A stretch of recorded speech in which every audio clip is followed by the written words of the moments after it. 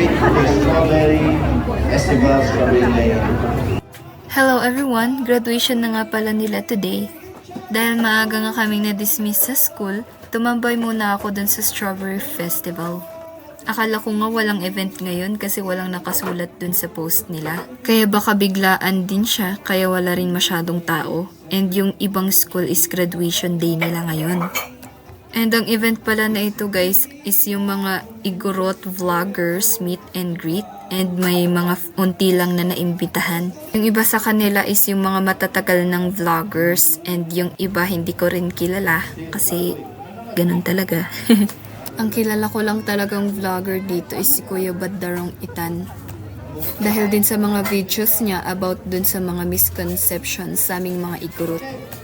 And guys, kaninang umaga, buti na lang narinig ko na magsasamji daw sila after graduation and recognition.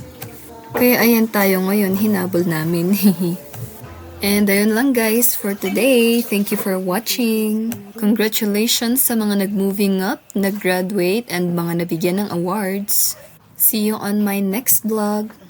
Don't forget to like, follow, and subscribe for more videos. Thank you and God bless!